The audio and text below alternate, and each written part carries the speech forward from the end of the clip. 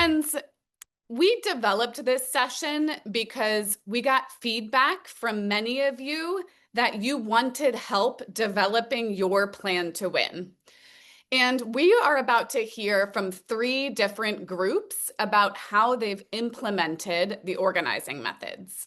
So we're going to hear first from a group from the US, then a group from Ghana, and then a group from Ireland, who all have been implementing these exact methods for the last few years and are going to share about their campaigns. So before we jump in, I'm going to ask you to just each introduce yourselves, your name, and your job and your role in the organization. So, Asli, I'll pass it to you first. Sure. Thank you, KB. My name is Emazli Dukan. I am an assistant professor in the photography and video department at the Community College of Philadelphia. During bargaining, which we'll talk about, I was the PTDL co-chair, so I just became a full-time professor. But I was one of the co-chairs of the part-time unit during our bargaining campaign. And I am now currently the co-president of the union. Hi, I am a full-time faculty member at Community College of Philadelphia with Osley. I'm in the English department, and I'm also co-president of our local union with Osley and was serving as co-president during our last bargaining campaign, and also served as lead negotiator for the first time. So, I'm going to ask you first to just talk about your campaign. I know you've prepared a little presentation for about 10 minutes to just go through step by step.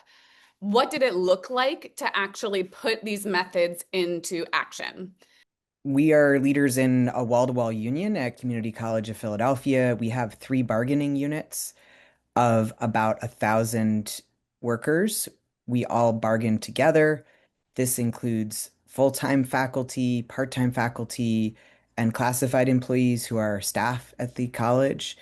And 2 years ago, we attended an in-person organizing for power training and committed to implementing the organizing methods in our next contract fight. And we began the preparation for that about a year and a half before the contract expired. The traditional demands for our campaign were around wage increases that kept up with inflation, especially for the lowest paid workers who were not making a living wage. It was increased staffing, which was important for all three of our units and which had a direct impact on the services and support for students, and smaller class sizes, especially as our enrollment went back up since COVID. Our BCG demands were childcare on campus, or actually bringing childcare back to campus, which was discontinued during COVID, and free SEPTA passes for all of our students. And SEPTA is our local public transportation system. And students were very interested in fighting for this demand with us.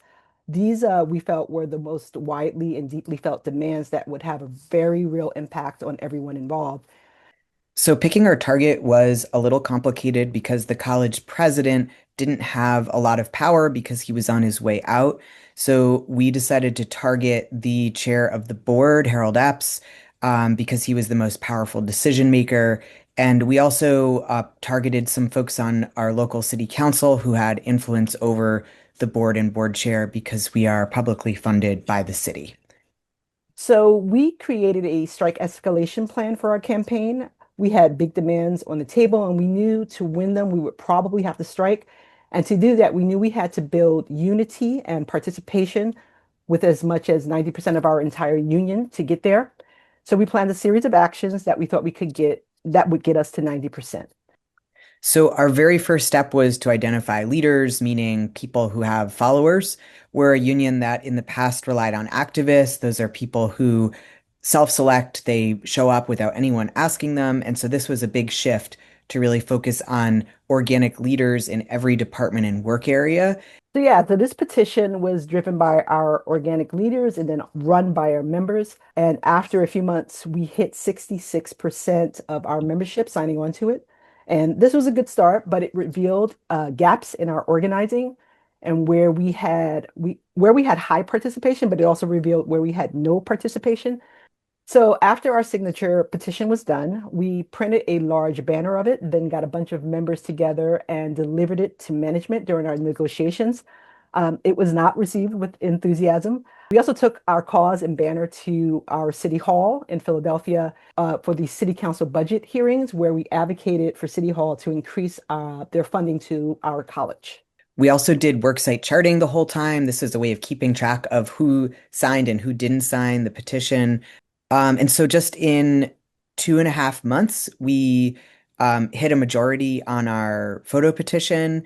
And because we were getting close to contract expiration, we decided to finish the photo petition where we were and move on.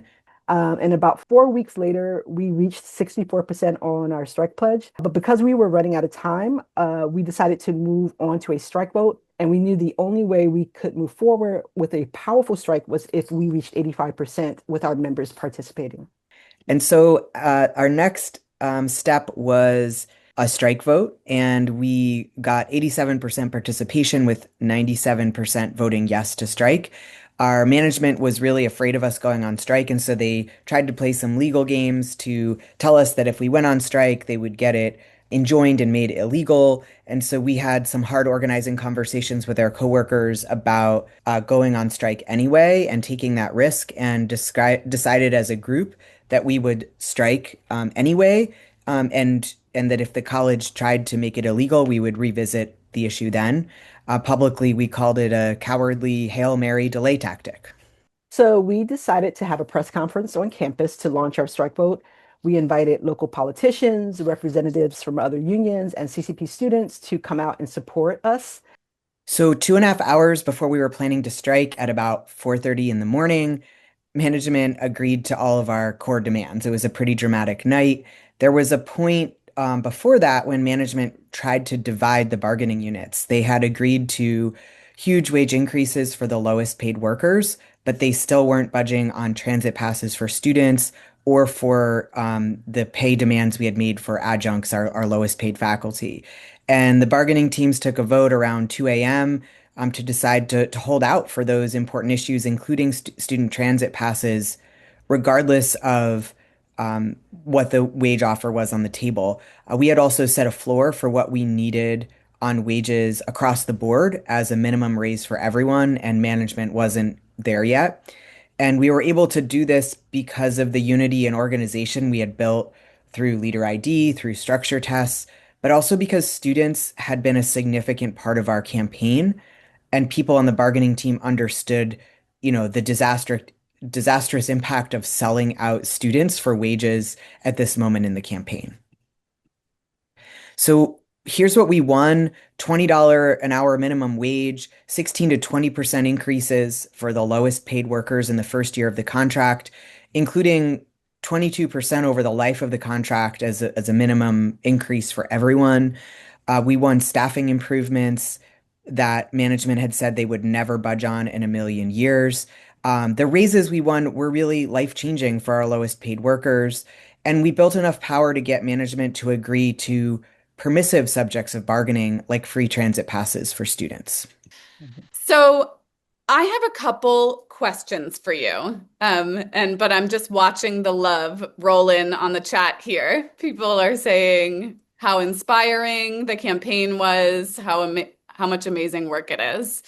One thing I'll say about the methods is they're not complicated, but they're not easy. They're a lot of work. So I want to just start by asking you, this was your first time implementing the organizing methods in this way. I want to hear just from each of you, what's like the biggest lesson you learned from implementing these methods? I can start. The biggest lesson I learned was to stay with the plan, which is kind of what we just heard in the presentation before us. I was like, yeah. So having a plan for me, like having a plan can keep you going, even when it looks like things are not working out. But if like I believed in our strategy once I kind of understood it, and that was my focus the entire time. And I'll just give one example. It's like at the very end of the last night of bargaining, when we were in the room the whole night bargaining with the lawyer. We had a moment at the very end when some of our team members were getting into being tired because we had been up for hours and hours, and I felt like they wanted to be finished with the bargaining, and then a few other of us kind of like refocused the group to stick to the plan, right? At that moment, when we're all sleep deprived, and we decided to keep our demands in place. And wouldn't you know it, the next time we heard back from management, from the lawyer from management, we got what we wanted, like literally, like it just flipped like that. But we had that one low moment, and then we said, stick to the plan, and then it worked out for us. Yeah. Yeah, I would support everything Asley said. I wanted to say a little bit more about relationships. I think I came away from the campaign, I think, with a new appreciation for how much relationships matter. Just stepping back for a moment, I think right, capitalism really thrives on isolation, on alienation. And it's true, workers need to feel righteous anger, they need to feel hope, they need a plan. But I also think it's rare that someone is willing to take action without having existing relationships to their coworkers. And I think people stay involved in an organization like a union. They're willing to stand in solidarity, they're willing to work through fear because of the relationships with each other, with their coworkers. This is, I think, especially important if you have multiple bargaining units, multiple occupations, if you're a cross-class union, if you're a multiracial union. Part of our work is to help deepen those relationships through collective action. And I know we talked about leader ID. It's critical, and leader ID is really about understanding existing relationships, but I also came away realizing it's kind of just the beginning because many leaders really need to deepen their relationships to be an active part of a campaign. And I'm glad you mentioned that, Junior, because one of the questions in the chat was, how did you get from that 60% to that 87%? Like, that's a big jump. Yeah. And would you say that leader ID was the key to that? Yeah, absolutely, because it's about like getting more people involved with your campaign, and your bargaining team is only going to have so much capacity. So, right, it's about like bringing people in who are like, yeah, I'm going to talk to my coworkers and get them involved. And that only works if their coworkers listen to them, and trust them. People really responded at the end. It was quite amazing to see like people just step up who weren't like necessarily there at the beginning. They could see a win on the horizon, and they were like, this is important. I'm gonna be involved. Mhm. It was really amazing to see. So we've got 2 minutes, and I want to show some organizing math here. So I have got here their list that I'm going to share with you on. So this is where they tracked participation. So you'll see a spreadsheet here that has every action that they took, every work area, and how many people participated in each action. So they were keeping meticulous track throughout the whole campaign of every single department and who participated in every action. So, one of the things that we like to say is that when you're identifying leaders, there should be about one leader for every 15 people. Okay. So you had a group of 1,000 people. If I divide that by 15, it means that you would need about 67 organic leaders in order to have a 90% really, really, really strong union. Now, 67 leaders sounds like a lot of people, but I want to break this math down just a little bit. 67 leaders. If you wanted to recruit 67 leaders, you would need to have about 3 times as many organizing conversations, right? Because the first conversation is with the activist to find out who the leader is. The second is who is the right person to go talk to the leader. And the third is with the leader themselves, right? So this would equal about 201 conversations. Now, that can seem a little overwhelming, but would you say that you had at least like, would you say you had 10 people who could have conversations? Would you say you had at least 10 people? Yeah. Yes. Okay. Yeah. Yeah. So if you had 10 people, that would be 20 conversations per person. If those people had 4 conversations a week, that means that in 5 weeks, you could identify leaders in a majority of your work sites. Now, at the beginning of the campaign, you said that the first thing you did was leader identification. Would you say that it took at least 5 weeks to do that leader identification? And how would you react to this math? Does it track with your experience? Like I agree with the sort of math as an average. But I think the reality is like, especially if you're talking about contingent faculty who are part-time, Mhm. who teach 1 day a week, right? They're not going to have the same kind of relationships with their coworkers as Mhm. a staff member who's been working in records and registration for the last 40 years, right? And so I just think it's also about like kind of taking that model of leader ID and applying it to your work site to be like, what does this mean for me? How is it going to look different in different departments and different work areas? But I think in general, what you're saying makes sense. And I think we utilized our bargaining teams to be like some of the not exclusively, but to have a lot of those initial conversations to try to do as much leader ID as we could on like by using folks on our bargaining teams. And would you say do you think you have about 67 people, or do you still have work to do to recruit some more leaders? I mean, I think it's like ongoing, right? Because you have turnover, you have new hires.